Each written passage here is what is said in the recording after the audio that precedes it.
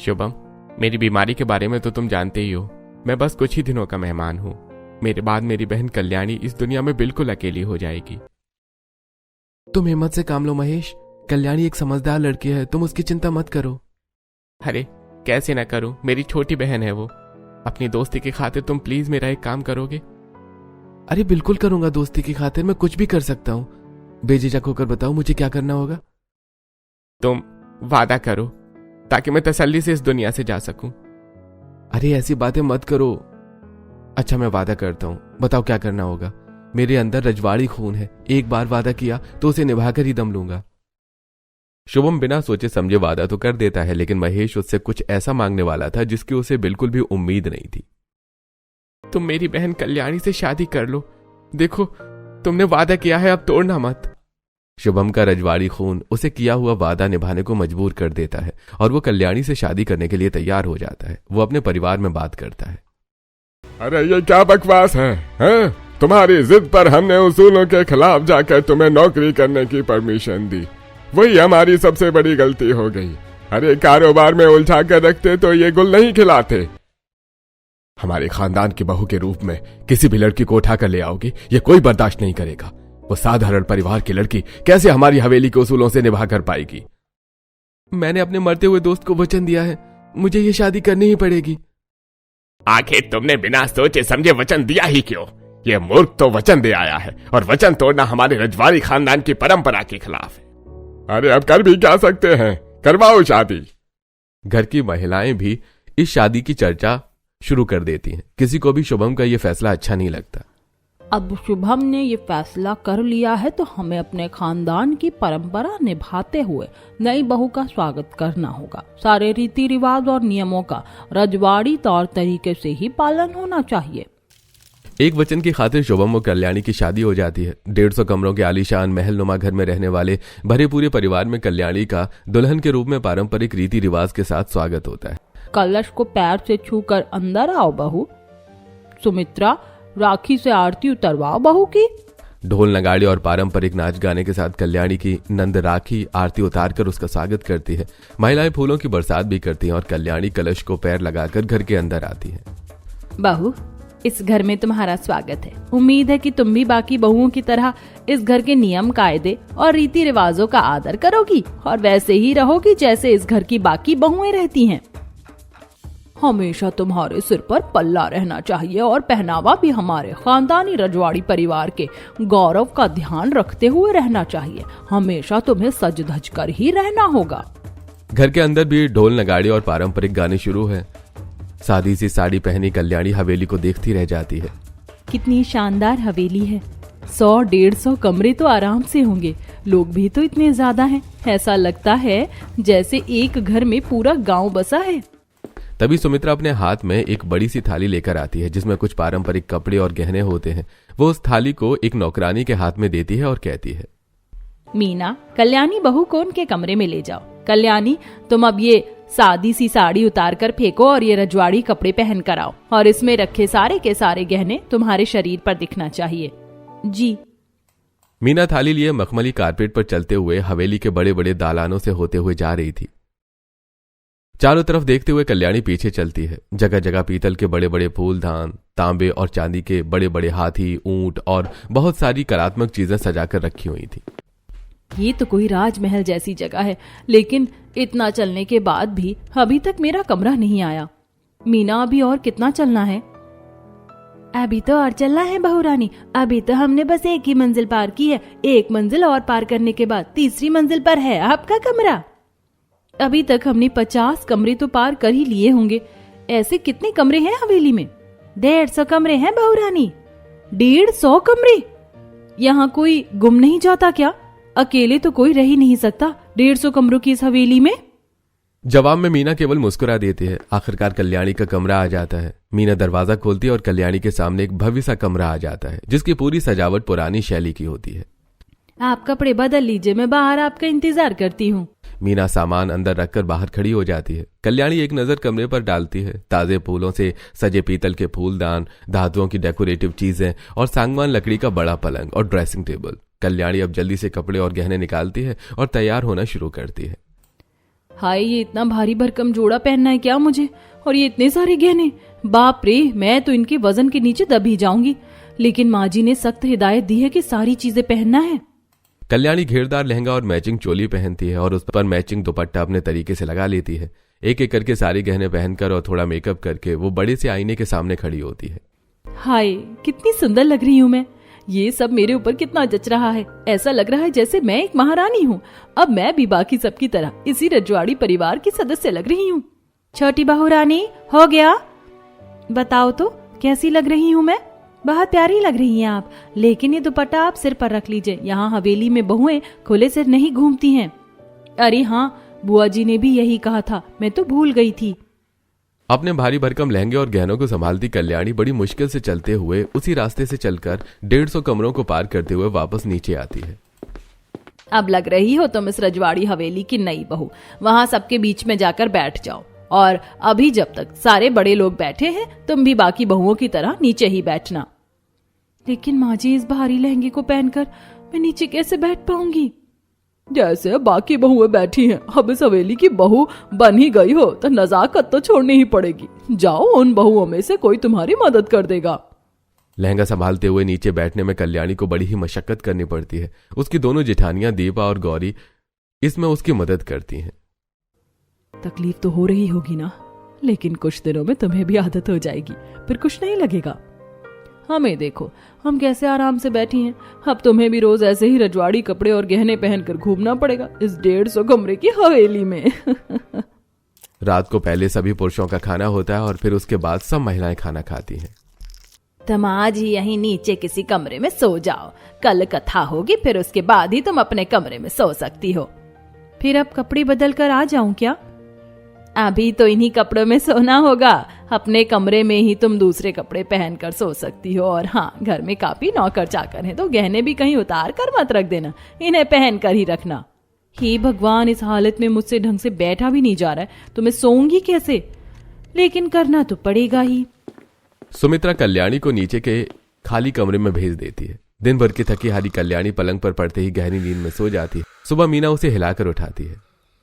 जल्दी उठो बहू रानी, मैं कब से आपको उठाने की कोशिश कर रही हूँ। आप अभी मेरे साथ अपने कमरे में चलो और वहाँ पर नहा धोकर तैयार हो जाओ। आप घर की नई बहू हैं, माँ जी ने कहा है कि आपको कुछ दिन सबसे पहले उठना है। इतनी जल्दी क्यों उठा दिया? अभी तो जाला भी नहीं हुआ है। ऐसा लग रहा है जैसे अभी तो सोई थी मैं। थोड़ी देर और सोने दो प्लीज। अरे नहीं छोटी बहू रानी, आप समझ नहीं रही है। इस हवेली के नियम के हिसाब से ही सबको चलना होता है, चाहे वो नौकर हो या मालिक। बड़े मालिक बहुत नाराज होते हैं वरना। ठीक है चलो। कल्याणी फिर सब तामझाम पहनकर ऊपर के कमरे में आती है और सुमित्रा के दिए कपड़े पहनकर तैयार हो जाती है। धीरे धीरे चलकर नीचे आती है। अभी तक सब सोए होते हैं तो वो हॉल में बैठ जाती है। तभी सुचेता और सुमित्रा वहां आती है। तैयार हो गई बहू? अब मेरी बात ध्यान से सुनो। इस हवेली की कुछ ऐसी रस्में हैं जिन्हें तुम्हें निभाना ही होगा, तभी तुम सही मायनों में इस घर की बहू कहलाओगी। और वो सब रस्में हम आज से ही पूरी करना शुरू करेंगे। इस घर में आने वाली हर नई बहू इन रस्मों को पूरा करती है। इन सब ने भी किया है। इतनी देर में हवेली की बाकी बहुएं भी तैयार होकर आ जाती हैं। कल्याणी हैरानी से सबके चेहरों की तरफ देखती है और सोचती है, इन सब के चेहरों को देखकर तो ऐसा लग रहा है कि रस्में कोई साधारण नहीं है। पता नहीं क्या होगा। देखो बहू, हमारे इस रजवाड़ी परिवार में महिलाओं से ज्यादा पुरुषों की बात का ज्यादा महत्व है और उनकी ही घर में ज्यादा चलती है। ऐसे में तुम्हें अगर इस घर के पुरुषों के दिल और दिमाग में जगह बनानी है तो हम तुम्हें जो रस्में बताएंगे तुम्हें उन्हें पूरा करके दिखाना है। ये सभी रस्में कठिन जरूर है, लेकिन ऐसा समझो कि तुम्हारे भले के लिए ही हैं। अब कल्याणी के दिल की धड़कनें तेज हो जाती हैं। उसे समझ में नहीं आता कि आखिर ऐसा क्या है इन रस्मों में। सबसे पहली रस्म है पहली रसोई की। अब तुम कहोगी कि ये रस्म तो सभी के यहाँ होती है, लेकिन यहाँ पर कुछ अलग है। सबके यहाँ केवल एक मीठा बनाकर रस्म पूरी करते हैं, लेकिन इस रजवाड़ी परिवार में तुम्हें अकेले ही पूरे परिवार का पूरा खाना बनाना होगा, और वो भी पूरे 1 हफ्ते तक। पूरे 1 हफ्ते तक पूरा खाना, वो भी अकेले? मैं कैसे ये कर पाऊंगी माँ जी? घर में कितने सारे लोग हैं। यही तो इस रजवाड़ी परिवार की खासियत है ना बेटी, कोई भी बात साधारण होती ही नहीं है यहाँ। इसे तुम अगर नहीं पूरा करना चाहती तो नहीं भी कह सकती हो, लेकिन ऐसा करने से घर के पुरुषों की नजर में तुम्हारी वैल्यू कम जरूर हो जाएगी, क्योंकि इस घर में जो भी नई बहू आई है उसने इस रस्म को बखूबी निभाया है। अब तुम सोच लो कि क्या करना है। पहले ही एक अलग परिस्थिति में इस घर की बहू बनी कल्याणी ऐसा नहीं चाहती थी कि घर के लोग उससे और नाराज हो जाएं, इसलिए वो इस रस्म को पूरा करने की बात मान लेती है। ठीक है, मैं बनाऊंगी खाना और ये रस्म पूरी करूंगी। ठीक है, तो फिर हम तुम्हें कल का पूरे खाने का मेन्यू बता देंगे, लेकिन तुम्हें बिना किसी की मदद लिए बिल्कुल अकेले खाना बनाना है, यहाँ तक कि नौकरों की भी मदद नहीं लेनी है। तो फिर कमर कसकर तैयार हो जाइए भाभी, कल हम सब आपके प्यारे प्यारे हाथों से बना खाना खाएंगे। दूसरे दिन कल्याणी फिर से रजवाड़ी अंदाज में तैयार होकर नीचे किचन में आती है। घर की महिलाएं एक छोटी सी पूजा करती हैं और कल्याणी की पहली रसोई की रस्म की शुरुआत होती है। अब तुम खाना बनाना शुरू कर सकती हो कल्याणी बहू, और ये मेन्यू एक बार देख लो, कहाँ क्या रखा है ये तुम्हें मीना बता देगी, लेकिन करना सिर्फ तुम्हें है। जी ताई जी, तो चलो फिर जल्दी शुरू कर दो ताकि सब वक्त पर तैयार हो जाए। यहाँ खाने में थोड़ी सी भी देर नहीं चलती, और हाँ, खाना बहुत स्वादिष्ट बनाना, क्योंकि यहाँ सब खाने के बहुत शौकीन हैं। कल्याणी को रसोई घर में मीना के साथ अकेला छोड़कर सब वहां से चली जाती हैं। कल्याणी लिस्ट खोलकर देखती है तो उसके होश उड़ जाते हैं। लिस्ट में 15 चीजें लिखी हुई होती हैं। ये लिस्ट कितनी बड़ी है। हमेशा यहाँ पहली रसोई की रस्म में नई बहू इतना सारा खाना बनाती है क्या? कहाँ से शुरू करूँ? हाँ, मीठे की 3 डिशेज हैं, उन्हीं से शुरुआत करती हूँ। साथ में कुकर में छोले चढ़ा देती और मसाला भूनने के लिए रख देती हूँ। कल्याणी थोड़ी प्लानिंग करती है और खाना बनाने की शुरुआत करती है। हे भगवान, कितना सारा खाना बनाना है, पता नहीं कितने समय में बनेगा। मुझे अब बिना रुके हाथ चलाना पड़ेगा। खाना समय पर नहीं बना तो सब बहुत नाराज हो जाएंगे। छोटी बहू रानी, मैं चाहकर भी आपकी कोई मदद नहीं कर सकती, लेकिन मैं यही हूँ। कोई सामान कहाँ रखा है मैं बता दूंगी आपको। 4-5 घंटे की कड़ी मेहनत और मशक्कत के बाद जैसे तैसे खाना बनकर तैयार हो जाता है, लेकिन पूरा खाना बनाने में कल्याणी थक कर चूर चूर हो जाती है और भारी भरकम कपड़ों के अंदर पूरी तरह पसीने से भीग जाती है। मीना, खाना तो बन गया। मटर पनीर, मिक्स वेज, दाल मखनी, दाल तड़का, कढ़ी, रायता, मसाला, भिंडी, रोटी, पूड़ी, सब तैयार हो गया है। अब सबको बुला कर लिया। माफ करना छोटी बहू रानी, लेकिन सबको आपको ही बुला कर लाना होगा। बड़ी माँ जी ने यही कहा है, आप सबको बुलाइए, तब तक मैं ये पूरा खाना टेबल पर सजा देती हूँ। ओह, ये काम भी क्या मुझे ही करना पड़ेगा? मुझे तो पता भी नहीं है कि इतनी बड़ी हवेली में 150 कमरों में से कौन सा कमरा किसका है, कौन सा कमरा खाली और कौन सा भरा है। सच में ये जानना तो बड़ा ही मुश्किल है। कल्याणी नीचे से शुरुआत करती है और हर कमरे के दरवाजे पर दस्तक देती है। कुछ कमरों में लोग होते हैं, वो निकलकर डाइनिंग टेबल पर आते हैं। इस तरह कल्याणी पूरे 150 कमरों में जा जाकर सबको बुलाकर लाती है। खाना तो ठीक ही बना है। अब कल से इसी तरह तुम्हें तीनों समय का खाना बनाना है। आज जो कम ज्यादा है वो अच्छे से समझ लो, लेकिन कल से बिल्कुल भी गलती नहीं होनी चाहिए। 3 समय का खाना, वो भी इतना सारा। एक वक्त का खाना बनाने में मेरी तो हालत पतली हो गई है। तीनों समय का खाना बनाऊंगी तो मेरा क्या हाल होगा। सबका खाना होने के बाद थकान की मारी कल्याणी जैसे तैसे 2 मंजिलों की सीढ़ियां चढ़कर अपने कमरे में आती है और बिना कपड़े बदले ही पलंग पर ढेर हो जाती है। अरे तुम कपड़े तो चेंज कर लो, अच्छी नींद आएगी। नहीं, अभी मेरी बिल्कुल भी हिम्मत नहीं है, मैं ऐसे ही सो जाती हूँ। और इतना बोलते बोलते ही कल्याणी गहरी नींद में सो जाती है। सुबह मीना उसे जगाने आती है और कमरे के दरवाजे पर दस्तक देती है। अलसाई सी कल्याणी थोड़ा सा दरवाजा खोलती है और बाहर झांक कर कहती है, तुम चलो मीना, मैं तैयार होकर आती हूँ। आप फिर से सो मत जाना छोटी बहू रानी, नहीं तो देर हो जाएगी। बड़ी मालकिन ने कहा है कि आज का नाश्ता भी आपको ही बनाना है। हाँ, याद है मुझे, मैं आती हूँ जल्दी से। कल के अनुभव से सीख लेकर नाश्ते का मेन्यू डिसाइड किया है मैंने। भगवान की कृपा होगी तो सब अच्छे से हो जाएगा। इस तरह कल्याणी सुबह, दोपहर और रात के खाने को ड्यूटी निभाते निभाते और 150 कमरों के चक्कर लगाते हुए निढाल हो चुकी होती है। जैसे ही एक हफ्ता बीत जाता है कल्याणी चैन की सांस लेती है, लेकिन इस दौरान उसका वजन काफी कम हो जाता है। चलो, अब ये रस्म तो पूरी हो गई। अब पता नहीं अगली रस्म कौन सी होगी। मुझे तो सोच सोच कर ही घबराहट हो रही है। बहू, तुमने इस रस्म को अच्छे से निभाया है। अब दूसरी रस्म के बारे में सुनो। अब तुम्हें पूरे 1 हफ्ते के लिए पूरे घर का, यानी कि 150 कमरे का झाड़ू पोछा करना पड़ेगा। क्या? पूरे 150 कमरे का झाड़ू पोछा? मेरी तो कमर ही टूट जाएगी माँ जी। घर में इतने सारी नौकर चाकर हैं, फिर भी उनमें से मैं किसी की भी मदद क्यों नहीं ले सकती माँ जी? नहीं ले सकती बेटी, क्योंकि ये नियम के बाहर है। तुम इसे अपनी अग्नि परीक्षा समझ कर लो। 1 हफ्ते की ही बात है, कल सुबह से ही शुरू कर देना, ठीक है? कल्याणी रात को शुभम से इस बारे में बात करती है। अब आप ही बताइए, मैं अकेले पूरे 150 कमरों का झाड़ू पोछा कैसे करूंगी? हाँ, ये तो बहुत गलत है, लेकिन अब रस्म है तो निभानी भी पड़ेगी। बस 1 हफ्ते की बात है, कर लो। आप कुछ तो करिए ना, मुझे बहुत डर लग रहा है। मुझे तुम्हारी तकलीफ का पूरा अंदाजा है कल्याणी, लेकिन देखो पहले ही सारे घर वाले हमारी शादी के खिलाफ थे, ऊपर से तुम ये नहीं करोगी तो वो और भी नाराज हो जाएंगे। नियम के मुताबिक मैं तुम्हारी मदद नहीं कर सकता, वरना मैं जरूर करता। दूसरे दिन सुबह सुबह उठकर मीना कल्याणी को पहले उन कमरों में लेकर जाती है जो खाली होते हैं। छोटी बहू रानी, आप पहले खाली कमरों की साफ सफाई कर लीजिए, तब तक सब उठ जाएंगे, फिर उनके कमरों की सफाई कर लीजिएगा। 150 में से 50 कमरों की सफाई करने में काफी समय हो जाता है। कल्याणी को भूख लगती है तो मीना उसके लिए खाना लेकर आती है। दोनों एक कमरे में बैठकर खाना खाती हैं। बहुत भूख लगी थी, अच्छा है तुम समय पर खाना लेकर आ गई, वरना मैं तो बेहोश ही हो जाती। अभी कितने कमरे हुए हैं? अभी तो बस 85 ही कमरे हुए हैं बहू रानी। बस? हे भगवान, ये तो सच में अग्नि परीक्षा ही है। कल्याणी फिर से काम में जुट जाती है और देर शाम को उसका काम निपटता है। शाम को काम निपटाकर अस्त व्यस्त कपड़े और बाल लेकर कल्याणी नीचे आती है। ये क्या हुलिया हो गया है तुम्हारा? तुम जल्दी से कपड़े और बाल ठीक कर लो, बड़ी माँ देख लेंगी तो बहुत डांट पड़ेगी तुम्हें। कल्याणी उल्टे पांव अपने कमरे में चली जाती है और सीधा रात में खाने के समय ही नीचे आती है। खाना खाने के बाद सब कुछ देर बातें करते हैं और अपने कमरे में चले जाते हैं। कल्याणी कमरे में आते ही फिर से सो जाती है। ये क्या तरीका है कल्याणी, हम दोनों के बीच में तो ठीक से बात तक नहीं हो रही है, तुम तो हाथ ही पलक पर ढेर हो जाती हो। क्या कहा तुमने? कुछ नहीं, सो जाओ। सुमित्रा के मुंह से जब कल्याणी ने अग्नि परीक्षा शब्द सुना था तब से ही उसके कानों में गूंज रहा था।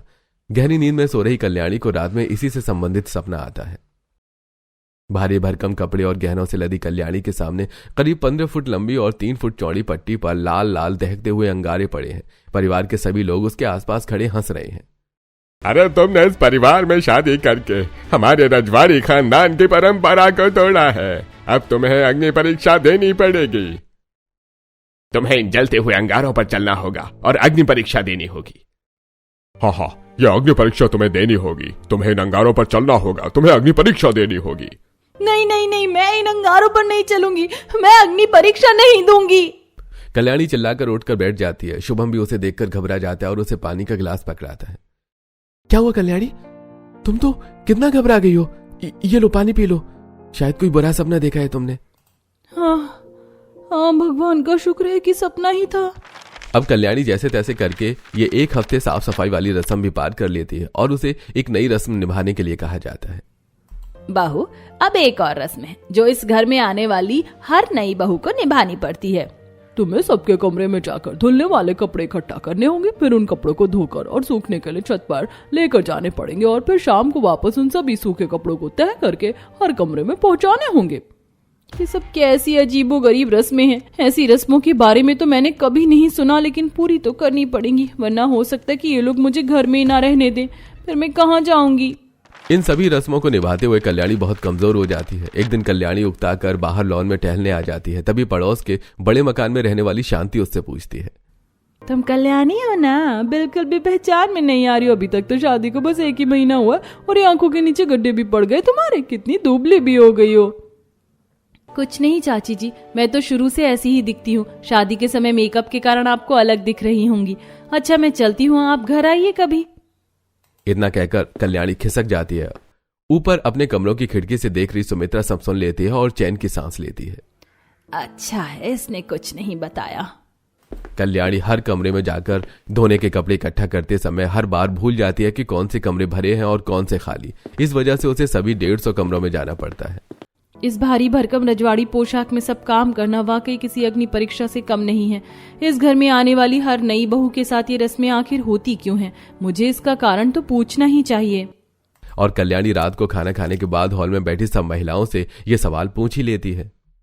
देखो बेटा, अब तुम भी इस खानदान की बहू हो तो तुम्हें बताना तो पड़ेगा। दरअसल ये एक अग्नि परीक्षा ही है जो इस रजवाड़ी खानदान में आने वाली हर नई बहू को देनी ही पड़ती है। हाँ, ये परंपरा पीढ़ियों से चली आ रही है। इस बड़े और 150 कमरे वाली हवेली को देखते ही आने वाली हर नई बहू डर जाती थी और हवेली की जिम्मेदारी उस पर डालते ही घबराकर घर छोड़कर चली जाती थी। यह सिलसिला काफी दिनों तक चलता रहा। फिर हमारे पुरखों ने यह अग्नि परीक्षा का नियम बनाया कि हर नई बहू की अग्नि परीक्षा होगी। पहले उसे परखा जाएगा कि वो इस 150 कमरे वाली हवेली की जिम्मेदारी उठा सकती है या नहीं, तभी उसे बहू के रूप में घर की जिम्मेदारी सौंपी जाएगी। हम सभी बहुओं ने इस नियम का पालन करके ही यहाँ जगह बनाई है। कल्याणी को सुनकर अजीब तो लगता है, लेकिन वो चुपचाप उठकर अपने कमरे में जाने लगती है। लेकिन थोड़ी ही देर में उसे कुछ और याद आता है और वो उस बात को पूछने के लिए वापस आती है, लेकिन हंसी के बीच उसका नाम सुनकर बाहर ही रुक जाती है।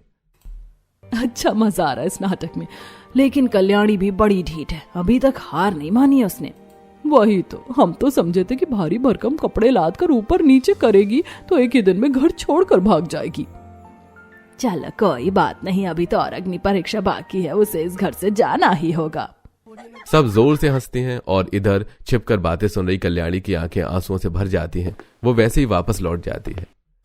ये सब मुझे इस घर से निकालने के लिए हो रहा था।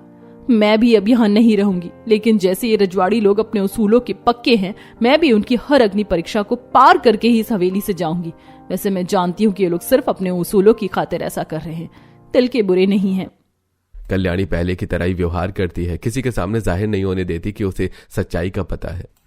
बहू, ये कुछ मसाले इन्हें छत पर ले जाकर धूप दिखा दो, थोड़ी देर बाद वापस भी ले आना। जी ठीक है। कल्याणी नीचे से ऊपर छत पर 2 चक्कर में सारे मसाले लेकर जाती है। उसके बाद नीचे आकर फिर से सारे कमरों में जा जाकर कपड़े इकट्ठा करती है और उन्हें धोने चली जाती है। इस तरह अगले 2 दिनों में ये रस्म भी पूरी हो जाती है। तुमने ये रस्म भी पूरी कर ली है बहू, अब आगे की रस्म ध्यान से सुनो। तुमने तो देखा ही होगा कि हवेली में कितनी सारी तांबे, पीतल और चांदी की मूर्तियां और डेकोरेटिव आइटम्स हैं। तुम्हें एक हफ्ते के अंदर सबको घिस घिस कर चमकाना होगा। करीब 200 से 250 छोटे बड़े आइटम्स होंगे, कर लोगी ना? हाँ मैं कर लूंगी, आप फिक्र मत कीजिए। सब हैरानी से कल्याणी के मुस्कुराते चेहरे को देखती हैं और उसके जाते ही खुसर पुसर करती हैं। इसके चेहरे पर तो शिकन तक नहीं आई। इतनी बड़ी बड़ी चीजों को घिसकर साफ करना कोई बच्चों का खेल है क्या? अगले दिन कल्याणी से मिलने उसकी चचेरी बहन नीता आती है। नीता को कल्याणी से बहुत ज्यादा लगाव होता है। आप आई तो बहुत अच्छा लगा। वैसे आप शादी में क्यों नहीं आई थी? वो दरअसल उसी समय मैं ट्रेनिंग के सिलसिले में शहर से बहुत दूर थी और मुझे कांटेक्ट करना भी मुश्किल था। अब जैसे ही यहाँ आई, सबसे पहले मेरी प्यारी बहन से मिलने चली आई। अच्छा, किस बात की ट्रेनिंग थी आपकी? मैं डीएसपी हूँ, पुलिस उप अधीक्षक। कल्याणी को जल्दी बुला दीजिए प्लीज, मुझे जल्दी निकलना है। मीना भागकर कल्याणी को उसकी बहन नीता के आने की सूचना देती है। क्या नीता दीदी आई हैं? मुझे पता था कि जैसे ही वो शहर आएंगी सबसे पहले मुझसे ही मिलेंगी। तुम चलो, मैं अभी आती हूँ। कल्याणी खुशी खुशी कपड़े बदलती और बालों को करीने से संवार कर सिर पर पल्लू लिए धीरे धीरे चलकर नीचे आती है। कमजोरी के कारण उसके हाथ पांव लटपट करते हैं। मैंने तेरी शादी के समय वादा किया था ना कि ट्रेनिंग पूरी करके जैसे ही वापस आऊंगी सबसे पहले तुझे मिलूंगी, और देख मैं आ गई। मुझे बहुत खुशी हुई। कितने दिनों बाद आपको देख रही हूँ। कैसी हैं आप? मैं तो बिल्कुल ठीक हूँ, लेकिन तू मुझे कुछ ठीक दिखाई नहीं दे रही। कितनी कमजोर हो गई है। ससुराल में खाना नहीं मिलता है क्या? नीता की यह बात सुनकर सभी के चेहरों पर नाराजगी झलकती है। कल्याणी उसे चुप करने का इशारा करती। अरे अरे, आप लोग तो सीरियस हो गए। भाई मैं तो मजाक कर रही थी, मेरी आदत ही है मजाक करने की। क्यों कल्याणी? जवाब में कल्याणी मुस्कुरा देती है। नीता की अनुभवी आंखों को दाल में कुछ काला नजर आता है और वो कहती है, हाँ जी, मैं कल्याणी से अकेले में बात करना चाहती हूँ। आप लोग प्लीज बाहर जाएंगे। अपने ही घर में ऐसी बात सुनकर सबको बहुत गुस्सा आता है, लेकिन चूंकि नीता एक डीएसपी थी इसलिए सब चुपचाप उठकर चले जाते हैं। बाहर जाकर सुमित्रा और सुचेता चुपचाप दोनों बहनों की बातें सुनती हैं। जरूर ये नीता कल्याणी को कुछ पूछेगी और वो भी रस्मों के बारे में सब बता देगी। मुझे भी इसी बात का डर है। दोनों चुपचाप बातें सुनती हैं। कल्याणी, इतने एक्सपीरियंस के बाद मैं ये तो समझ गई हूँ कि कुछ तो गड़बड़ है। अब बता क्या बात है? तुझे जरूर इस घर में कोई तो परेशानी है। तुम्हें गलतफहमी हुई है दीदी, ऐसी कोई बात नहीं है। मैं यहाँ बहुत खुश हूँ, सब मुझे बहुत प्यार करते हैं। मुझे तो ऐसा नहीं लग रहा है दीदी। मुझे इन सब का एहसान मानना चाहिए कि भैया की डेथ के बाद इन्होंने मुझे सम्मान के साथ अपनाया और बहू बनाकर अपनी इतनी बड़ी हवेली में जगह दी। ठीक है, मत बता, तेरी मर्जी, लेकिन मैं हमेशा तेरे साथ हूँ, ये ध्यान में रखना। इतना कहकर नीता चली जाती है और सुमित्रा और सुचेता बाकी सबके साथ हॉल में आती है। हम सब को माफ कर दो बहू, हमने सब सुन लिया। तुम चाहती तो अपनी बहन को तुम्हारी कमजोरी का कारण बता सकती थी। अगर तू अपनी डीएसपी बहन को बता देती तो ना जाने क्या होता। हमारी इतने सालों की इज्जत एक ही दिन में मिट्टी में मिल जाती। हमें माफ कर दो बेटा। मैं तुम्हें सच बताना चाहती हूँ बेटा, यह खानदानी रस्मों की बात सरासर झूठ है। हम तुम्हारे साथ रस्मों के नाम पर झूठ बोल रहे थे। हमें ऐसा नहीं करना चाहिए था। मुझे पता है माँ जी, मैंने चुपके से सब सुन लिया था, लेकिन अब मैं यहाँ नहीं रहूंगी क्योंकि मैं आपको और तकलीफ नहीं पहुंचाना चाहती। कल्याणी की बात सुनकर पश्चाताप की आग में जल रही सब हैरान और दुखी हो जाती हैं। ऐसा मत कहो बेटी, हमें माफ तो कर सकती हो ना। मैं पूरे परिवार की ओर से वादा करती हूँ कि तुम्हें अब इस घर में कभी कोई तकलीफ नहीं होगी। बाकी बहुओं की तरह तुम भी सम्मान के साथ यहाँ रहोगी। हाँ बिल्कुल, अब मैं हमेशा इस 150 कमरे वाली हवेली में रहूंगी और कभी जिम्मेदारियों से घबरा कर भागूंगी भी नहीं।